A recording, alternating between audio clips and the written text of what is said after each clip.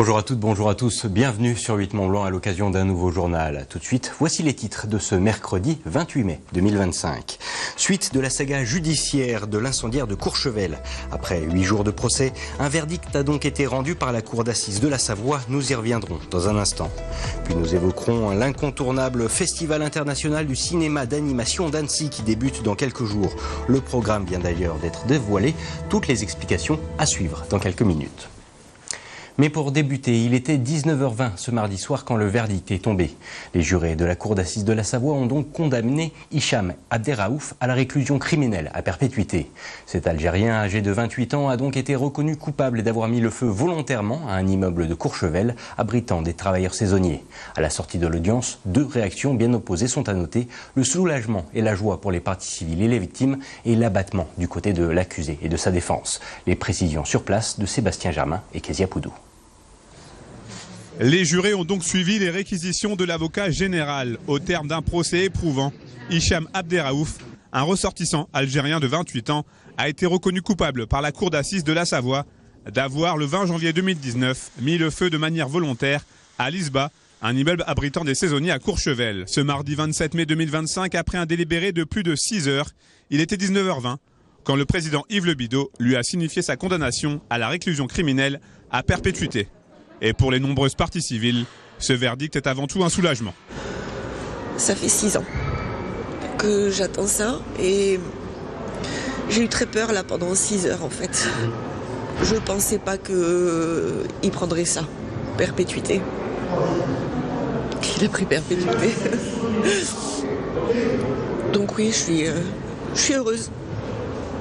C'est des larmes de joie, ça se voit pas. On a toujours le doute de savoir si les jurés et la cour vont être sensibles à tout ce qui a été dit durant plus d'une semaine ou pas. Donc, mais là, on a la preuve que oui, et ça fait du bien.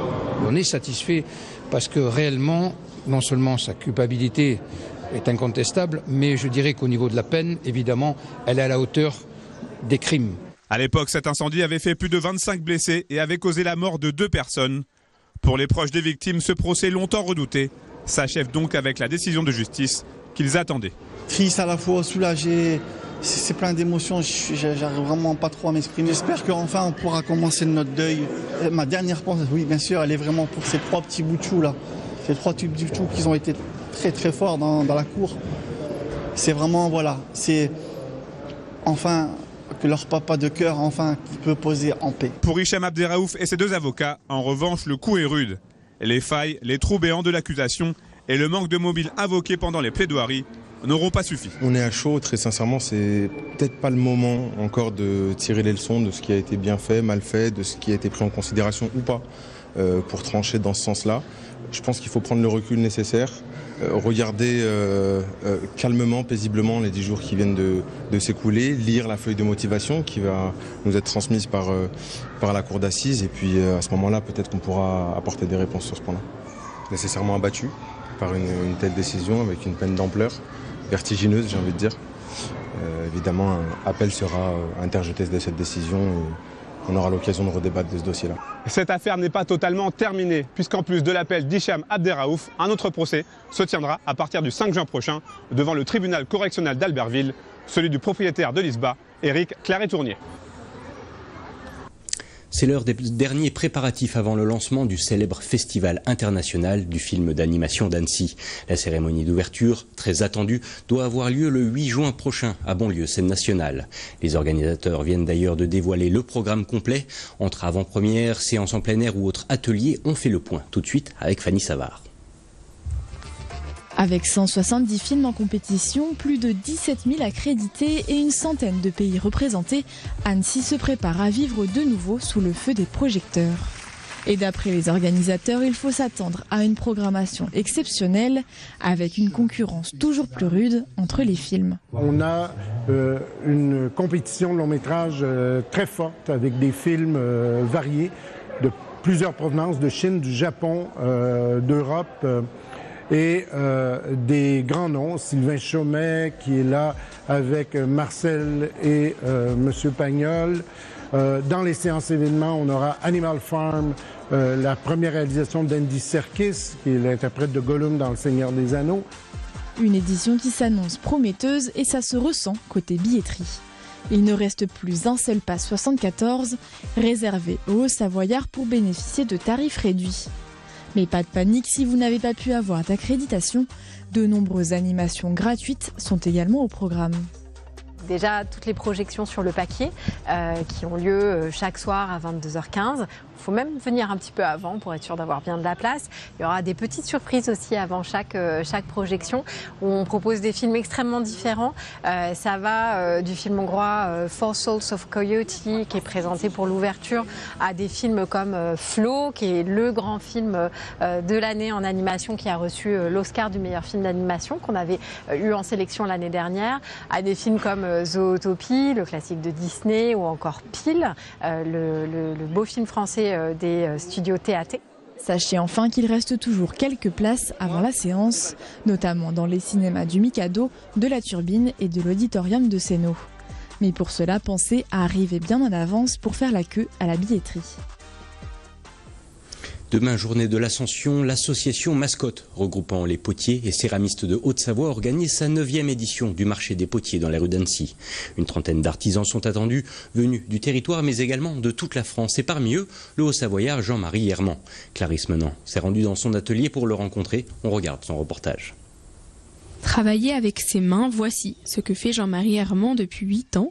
Après avoir travaillé dans un bureau d'études pendant une vingtaine d'années, il quitte son poste et se lance dans la poterie. L'art de la terre lui ouvre alors ses portes. Ce qui m'a bien plu dans la terre, encore une fois, c'est son côté très zen, sans bruit et presque sans outils. Modelage, estampage, moulage ou tournage, pour le potier, il faut choisir la technique de fabrication vers laquelle se spécialiser. C'est vraiment ce qui m'a attiré dans la poterie, c'est le tournage au début. Le tournage a l'avantage d'être productif et d'être bien adapté, comme on produit relativement vite en tournage, d'être bien et rond. C'est son inconvénient quelque part, on produit que du rond, mais c'est très adapté à la vaisselle. De son nom d'artiste, J'aime la terre propose uniquement des utilitaires, que ça soit bol, tasse, saladier, plat ou huilier. Tous suivent un processus de création unique et multiple. Après avoir homogénéisé la terre, elle est façonnée puis formée sur le tournage, le tout avec minutie et soin. Il faut faire gaffe que ça garde son rond, surtout qu'à chaque fois que tu écartes, évidemment ça affine la paroi, donc ça devient de plus en plus sensible. Puis comme je me mets à aimer les saladiers très ouverts, j'ai tendance à les écarter pas mal moi. Attends, on va mettre un petit peu plus d'eau. L'eau est nécessaire pour que ça glisse, donc des fois, il ne faut pas hésiter à les remettre là où on en a besoin, parce que si ça glisse pas, c'est la cata. Une fois le façonnage terminé, place à une nouvelle étape, le séchage. On va laisser sa pièce sécher 1 jour, 2 jours, suivant la météo, suivant l'épaisseur de sa pièce, etc., pour avoir une pièce à consistance cuir, c'est-à-dire une pièce qui n'est pas encore complètement sèche, mais qui est déjà suffisamment solidifiée pour pouvoir se manipuler sans trop la déformer. La pièce séchée va ensuite passer au four à 1000 degrés. Cette première cuisson va durcir la poterie, permettant de la plonger dans un bain d'émail, un vernis coloré qui va lui donner un aspect de verre. Par exemple, pour des petites pièces, on va les tremper avec des petites pinces à émailler pour ne pas me laisser des traces de doigts dessus. Et il faut donc que les pièces aient une certaine solidité, sinon on ne pourrait pas les tenir correctement pour les tremper. La pièce passe au four une seconde fois à 1300 degrés avant qu'elle ne soit totalement prête à être utilisée.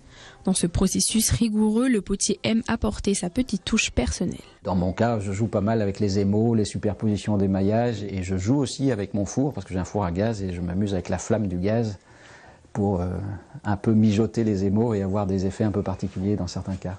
Jean-Marie Herman aime aussi faire découvrir son savoir-faire lors de portes ouvertes, d'ateliers découvertes ou de marchés, le tout avec plaisir et passion. Un mot de sport à présent pour évoquer la Ligue des champions EAFF. La compétition qui se tiendra du 30 mai au 1er juin prochain à Ankara rassemble les meilleures équipes de foot amputées d'Europe. Et parmi celles-ci, le FC Annecy. Le club haut-savoyard est en effet le seul de France à partir en Turquie pour disputer ce grand championnat. Fanny Savard a rencontré les sportifs avant leur départ. On les écoute. Le stress, il n'est pas arrivé. On travaille pas mal le cardio, le physique. mais pas d'appréhension. C'est très physique. Après, j'ai toujours eu un esprit compétitif. J'aime ce côté-là. C'est ma passion de toujours. C'est ma passion de toujours. Je faisais du foot avant et après, à un certain moment, on le regarde à la télé. Et puis avoir découvert ça, c'est clair que ça me permet de continuer à jouer. En fait, moi, j'ai eu mon accident en 2010. Donc j'avais 20 ans, j'ai eu mon accident dans une série. Et j'étais à l'hôpital au CHU de Grenoble, où ma kiné était l'ancienne kiné de l'équipe de France. Donc elle a vu que je portais des survêtements de l'Olympique Lyonnais. Elle a déduit que j'aimais le foot, donc elle m'a demandé si je voulais venir essayer avec eux. J'ai tout de suite adhéré. Moi je me sens bien.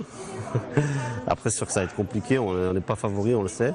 Mais en tout cas on va tout donner pour ramener le meilleur résultat possible. Le département a décidé d'aider le FFA, l'équipe française de foot amputée, qui a son siège à La Balme depuis maintenant plusieurs années.